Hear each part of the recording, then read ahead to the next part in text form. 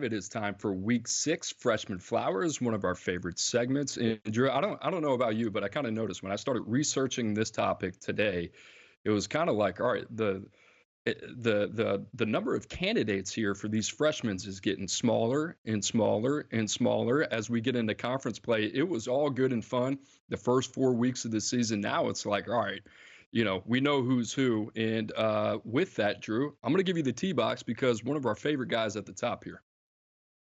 Coop, this is my guy. Coy Perich, Minnesota safety, called behind the scenes in the 24/7 Sports scouting department. Coy Pond comes up big for the Gophers in the upset of the USC Trojans. Wasn't slated to start the game, but Kerry Brown goes down with an injury. Coy Perich comes in, ends up playing 48 snaps, has the game-sealing interception to go along with 6 tackles, a forced fumble. Last week we saw Coy Perich with a big punt return.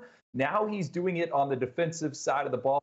He was named the 24/7 Sports True Freshman of the Week by Chris Hummer. And if you do not know the name Coy Perich, from a town of less than 2,000 people in rural Minnesota, this is a kid that was number 5 on my annual freaks lists, had scored over 1,000 career points on the hardwood, 3-phase impact player on the gridiron. He also went 10-8-9 in the 100-meter dash in sub-40-degree weather. We got him into the All-American Bowl late last year, one of the last invites to go out. What does he do? He ends up being named MVP there. Finished as our number 5 safety. This guy screams PJ Fleck to me. It was awesome just to see him come in and make plays as a true freshman, because we saw this when we dug into the tape this time last year. Coy Perich, salute to you for making us look good. Versatile kid too.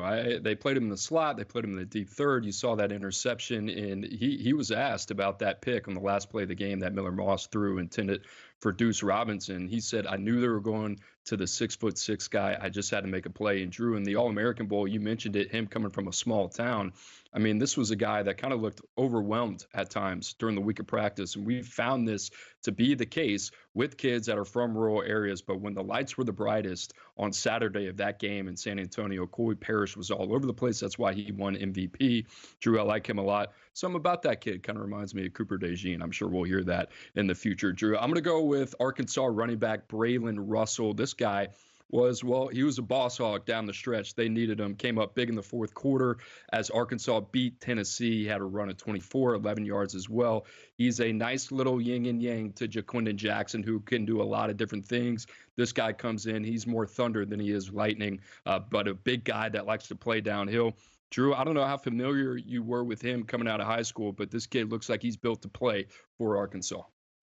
Yeah, college-ready build was on the scouting report for Braylen Russell coming out of high school. Coop, what do we always say? It's so easy for these true freshman running backs to play early. I think we've seen it more and more in recent years. I think it's only going to continue.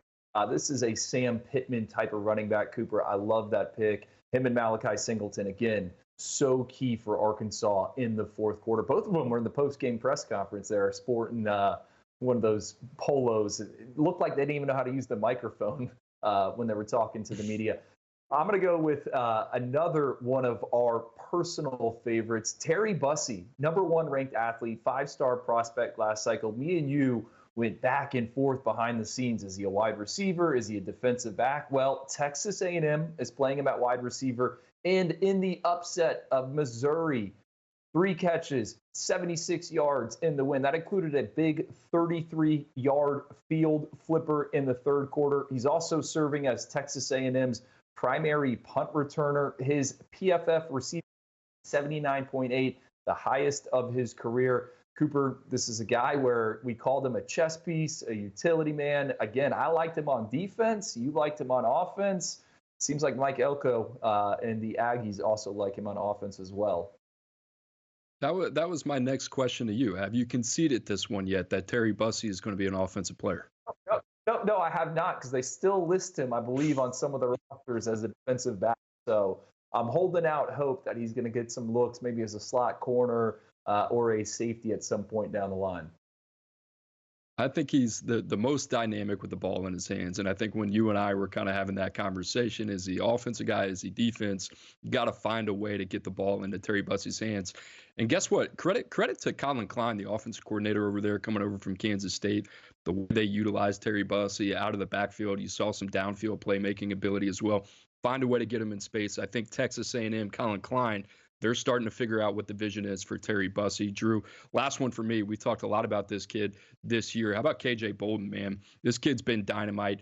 Played in all 5 games for Georgia this year, playing in one of the toughest defenses, playing for some of the most demanding coaches in college football. You talk about Kirby Smart, Will Muschamp, T-Rob back there in the secondary as well, helping out with Georgia. Gave up 0 completions on 28 coverage snaps in the Bulldogs' 31-13 victory against Auburn. Drew, this kid has been so sound, and I like watching him and Coy Perich kind of back to back, and the versatility stands out. But the football instincts, especially in run support, KJ Bolden, I love seeing him line up to Malachi Starks, and you can kind of see the baton being passed to KJ Bolden, what that secondary is going to look like after Malachi Starks is gone. We had him ranked number 15 player in the country, number 1 safety. Drew, he was committed to Florida State for quite some time. This one's going to end up being a huge pull for Kirby Smart, and I think everybody expected him to show up in Athens and be the guy, but he's been better than advertised, in my opinion. Well, Cooper, that's exactly what I was going to say. As crazy as it might sound, KJ Bolden is one of the biggest wins to date for Kirby Smart on the recruiting trail. He's at Buford High School, same school that produced Dylan Raiola. Talk about 2 freshmen doing it on the big stage here this season. Yeah, the fact that they got him committed and they invested so much time and hung around in that recruitment, they landed the helicopters there at Buford. This was a big one for Kirby Smart. It seems like he sinks his teeth into a few defensive prospects every cycle. KJ Bolden was one of them, and it's paying off here in 2024. All right, Drew, a couple honorable mentions as well. TJ Moore, we talked about him as a guy that could possibly emerge for Clemson down the stretch. Well, 2 catches, 39 yards, a touchdown. Clemson beats Florida State 29-13. You had Damon Williams at Washington. Saw him in some spot duty. I thought they used him brilliantly to kind of keep Michigan on their toes a little bit, especially in the run game. Rushed 5 times for 20 yards. He also completed 2 passing attempts for 44 yards as well. And then Dylan Stewart, the freak of the freaks, led all true freshmen with 4 pressures, 3 QB hurries, and a sack, and a loss to Ole Miss. Drew, quick thoughts on these guys. TJ Moore, Cooper, file that name away for another day. Bryant Wesco, the true freshman wideout most know when they hear the team Clemson. TJ Moore wasn't in for spring practices. He's quickly catching on.